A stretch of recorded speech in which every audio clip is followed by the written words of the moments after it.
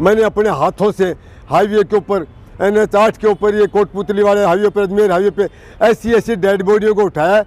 आम लोग क्या करते हैं, सिर्फ उनकी वीडियो रिकॉर्डिंग करते हैं। घायल पड़ा तड़पता रहता है कि खून में हाथ हो जाएंगे।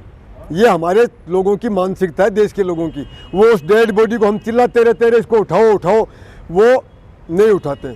फिर हमारे एक आधा सिपाही होता है, जवान होता है, तो वही अपने हाथ खून में भरता है, क्योंकि वहाँ तो चिथड़े रहते हैं, वही उठाता है, वही लेके जाता है।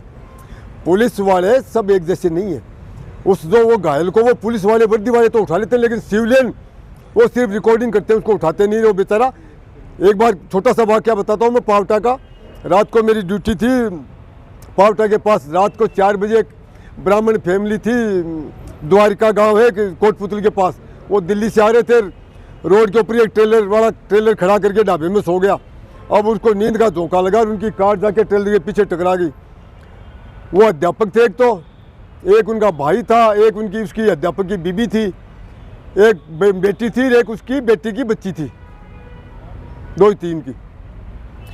वो अध्यापक, उसकी बीबी, वो भारी भरकम थे, उनमें वजन बहुत ज़्यादा था। पंडित थे वो, तो उनमें वजन भी भारी था, 1-1 क्विंटल से कम नहीं थे। अब मैं, मेरा ड्राइवर, एक सिपाही। अब वो गाड़ी में मैंने देखा 3 तो वो ख़त्म ही हो गए, और वो 2-3 वो बच्ची जो थी उनकी, वो पिछली सीट पे थे बीच में, तो वो घायल हुए, बच गए। तो मैंने देखा ये 3 तो ख़त्म हो गए। उन डेड बॉडियों को मैंने अपनी कार उसमें जीप में से के जो साथी थे उनकी मदद से उसका शीशा तोड़ के निकालना लगा। तो जो ढाबे वाले थे उनको मैंने कहा इनको निकलवा तो दो, क्योंकि गाड़ी का वो लॉक हो गया, बिल्कुल गेट खुलना खाने का सवाल नहीं था। तो हमने शीशा तोड़ा, गेट खुला नहीं। फिर उनको बड़ी जद्दोजहद से, लेकिन पब्लिक क्या सहयोग नहीं करती ऐसे वक्त में। वो पुलिस के जवान ही, उन 3 डेड बॉडियों को मैंने ऐसे मेरे पास रोड के ऊपर सुलाया। बाकी जो मेरे को पता था ये घायल है 2, उनको मैंने अपनी गाड़ी से भेज दिया। अब मैं वहाँ खड़ा रात के वो 3 बजे से इतनी गाड़ियाँ निकली, हाथ दे के कि डेड बॉडी हॉस्पिटल ले जाऊँ, कोई नहीं नज़दीक आया। फिर मेरी गाड़ी उन घायलों को एडमिट करके कोटपुतली हॉस्पिटल, फिर वो ही वापस आई, वो ही डेड बॉडी। ये तो पब्लिक का हाल है।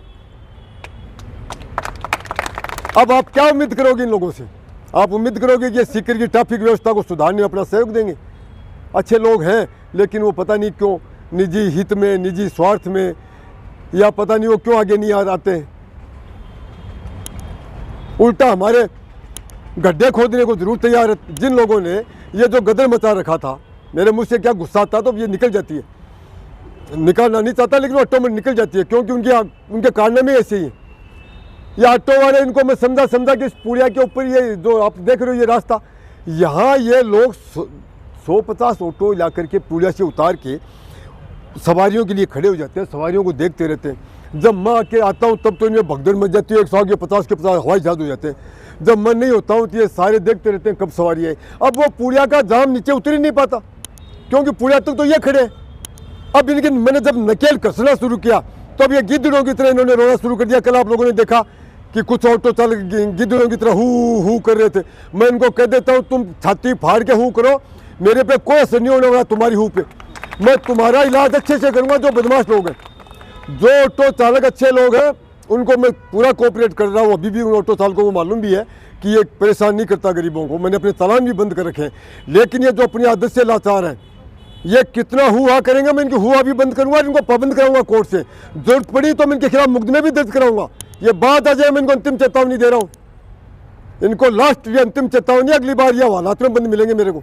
और ये कितनी भी छाती फाड़ के हूँ करें, मेरे में दबने वाला डरने वाला नहीं हूँ। ये पुलिस वालों को दबाव में लेते हैं, ये इनकी पुरानी फितरत है। ये इनकी पुरानी फितरत है बाहर घोड़ा करके पुलिस को दबाव में लेने का। लेकिन अब की बार इनका बाप ऐसा आ गया कि वो दबने वालों में से नहीं है। तो ये जो बदमाश लोग हैं अपनी फितर से बाज आ जाए, वरना मैं इनके खिलाफ वो कार्रवाई करूंगा कि ये ऑटो छोड़ के कोई दूसरा धंधा शुरू कर देंगे। दूसरे ऑटो वालों को गुमराह न करें, झूठ ना बोले। ये जो अफवाहें फैलाते प्रोपेगेंडा, इनसे बाज आ जाए। यदि तुम्हारी कोई शिकायत है, जुनून है, तो तुम कलेक्टर साहब के पास जाइए, एसपी साहब के पास जाइए, मेरे पास आइए।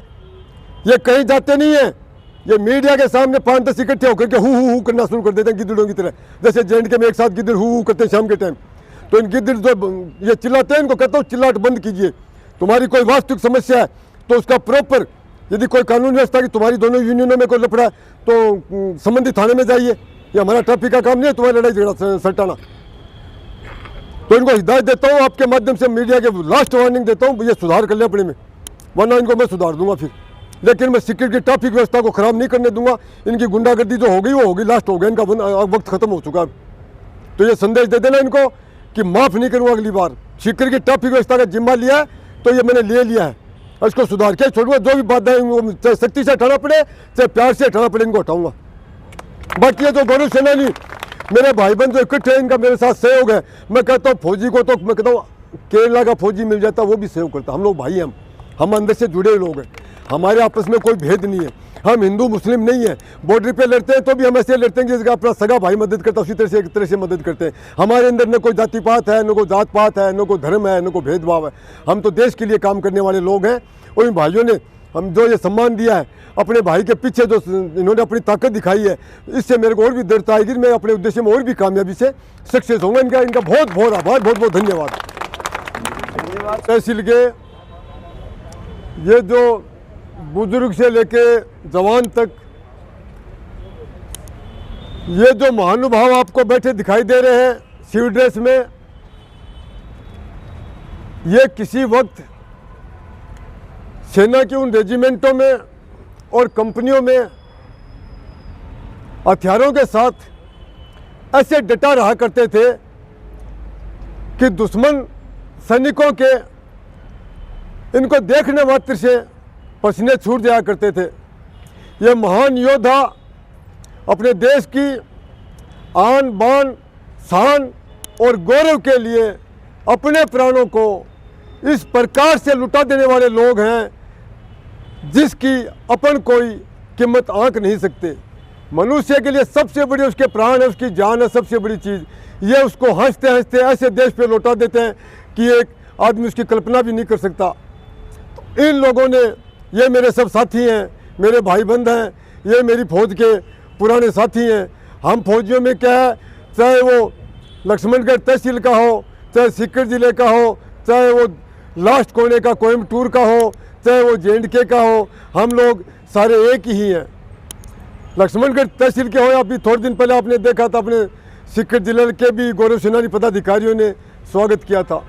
जब ये हमारे भाई लोग देखते हैं कि इनके बीच में से इनका भाई एक कहीं सेना का सिविल में आने के बाद भी सेना का गौरव बढ़ा रहा है, तो इनकी छाती चौड़ी हो जाती है।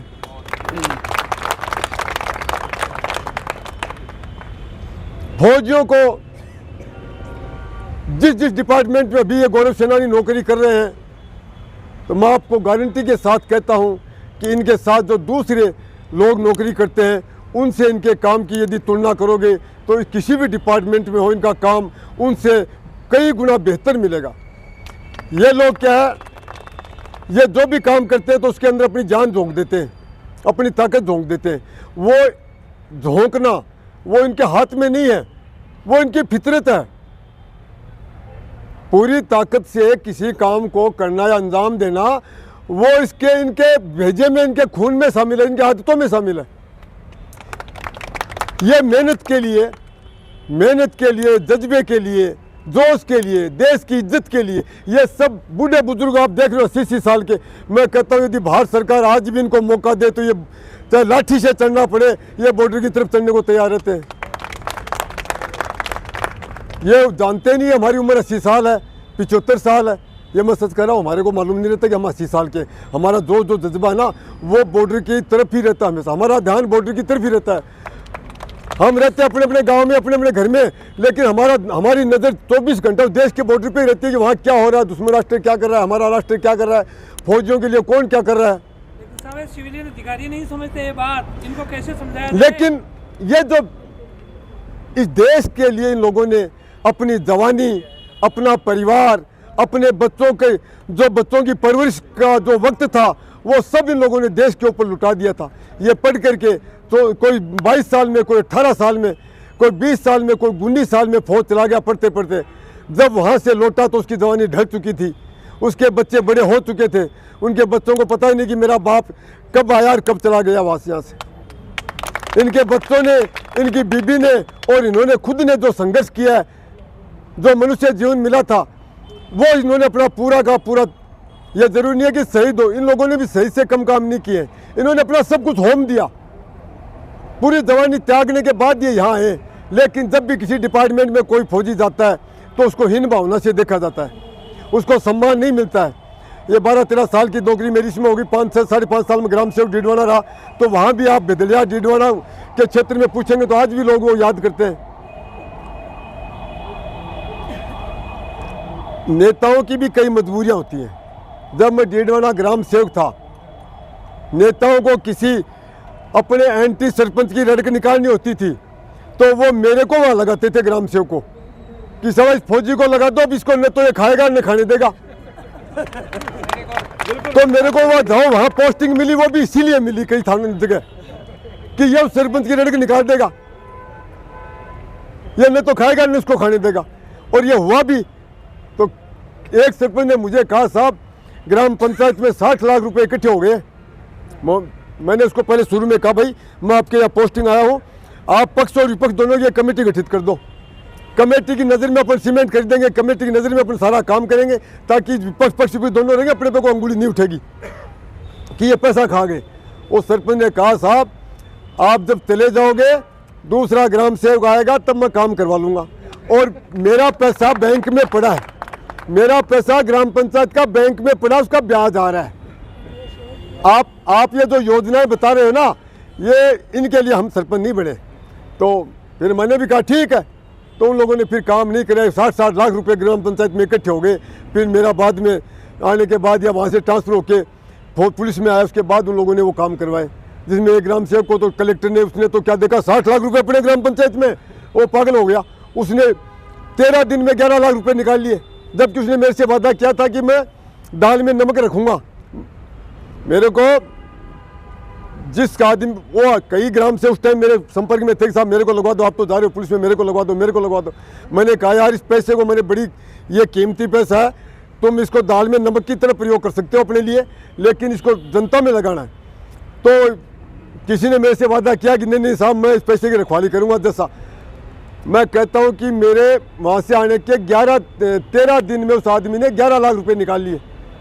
फिर मुझे किसी ने फ़ोन किया, बोले साहब आप गलत आदमी को लगवा के सिफारिश करके, और फिर वो बाद में कलेक्टर ने उसको सस्पेंड भी, निलंबित भी किया।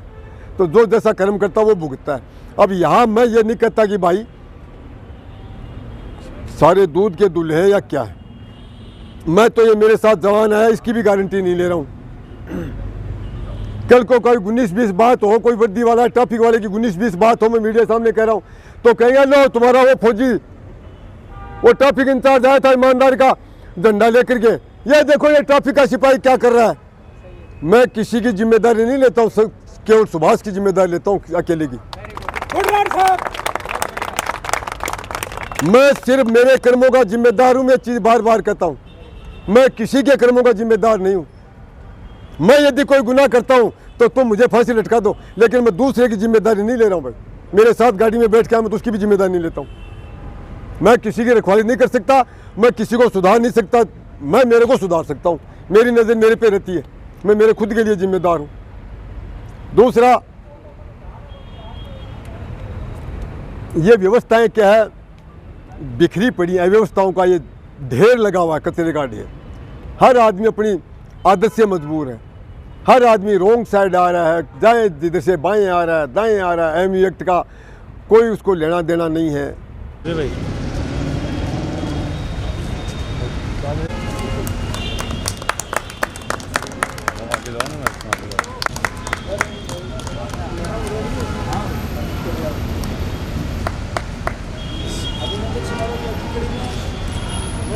काम करो, हम आपके साथ हैं। वासी आप काम करो, हम आपके साथ हैं। भारत माता की जय।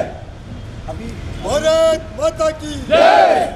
अभिनंदन समारोह की अगली कड़ी में मैं निवेदन करूंगा अभिनंदन डिफेंस अकेडमी के योगेंद्र जी ढाका और सर्वोदय डिफेंस अकेडमी के राष्ट्रपति जी साहब का माला।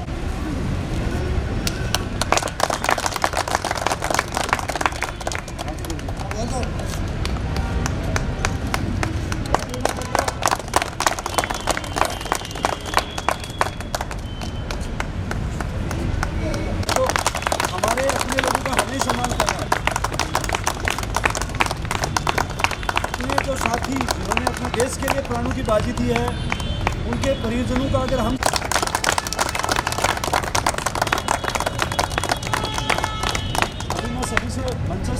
से और सभी से जमालुद्दीन साहब आप आगे बढ़ सकते। जो सम्मान आजादी के बाद उनके दिल में जो प्रेम है, जो इतना हर एक की भलाई के लिए जो काम कर रहे हैं, पूरा डिस्ट्रिक्ट जो है ना वो इनके लिए जो है बहुत ही अच्छी कामना कर रहा है। ये अच्छे काम करते रहें, हमारी शुभकामनाएं उनके लिए बना दे और गुर्बत की जमी से नामो निशान मिटा दे। या रब रहे तरक्की दुनिया में आम कर दे, या रब मेरे वतन का दुनिया में नाम कर दे। आपने नाम नमक और निशान के लिए मरने को सभी मरते दो गज कफन के वास्ते, मरने को सभी मरते दो गज कफन के वास्ते, और मरना इन्हीं का जो मरते वतन के वास्ते। मैं नौकरी करने के बाद पिछले 10-11 साल से मैं पंचायती राज में जनप्रतिनिधि हूँ। मुझे आज बड़ा सुकून हो रहा है। मैं सोचता था कि इस बाज़ार की हालत कब सुधरेगी, तो हमें उम्मीद थी कि कोई लाल आँखों वाला, कोई मुछ वाला, कोई कर्नल आएगा, कलेक्टर बन के आएगा, वो इस बाज़ार की हालत सुधारेगा। वो हमारी इच्छा पूरी नहीं हुई, लेकिन सुभाष जी ने हमारी वो इच्छा आधी पूरी कर दी। हम आपको बताना चाहते हैं, इस शहर को बर्बाद करने वाले नेता इनको बिल्कुल यहाँ नहीं रखेंगे, लेकिन इन्होंने मुहिम जगा दी। आज इनके साथ में सीकर ज़िले का सैनिक खड़ा है, सीकर ज़िले का विद्यार्थी खड़ा है, सीकर ज़िले का व्यापारी खड़ा है। तो सबसे बड़ी होती है मुहिम जगाना। हम लोगों की भी जिम्मेदारी बनती है कि साथियों, आज के बाद हम भी अपनी मुहिम छेड़ें कि मैं भी सुभाष चंद्र हूँ, मैं भी सुभाष चंद्र हूँ। और हम लोग टोकेंगे लोगों को कि आप लोग ये गलत काम मत करो। मैं बाज़ार से आ रहा था, कोई एक ठेले वाला फिर लगा रहा था। मैंने बोला, क्यों भाई, क्या दिक्कत होगी तुम्हें? उसने पीछे कर लिया। तो हम लोग अगर इनकी सपने को साकार करना है तो हमारी जिम्मेदारी बनती है, चाहे मैं पटवारी हो हमारा, चाहे कोई शिक्षक हो, चाहे कोई पंच हो, सरपंच हो, एमएलए हो, वो ये दिखना चाहिए कि मैं भारतीय सेना का एक सैनिक हूँ। ये मुहिम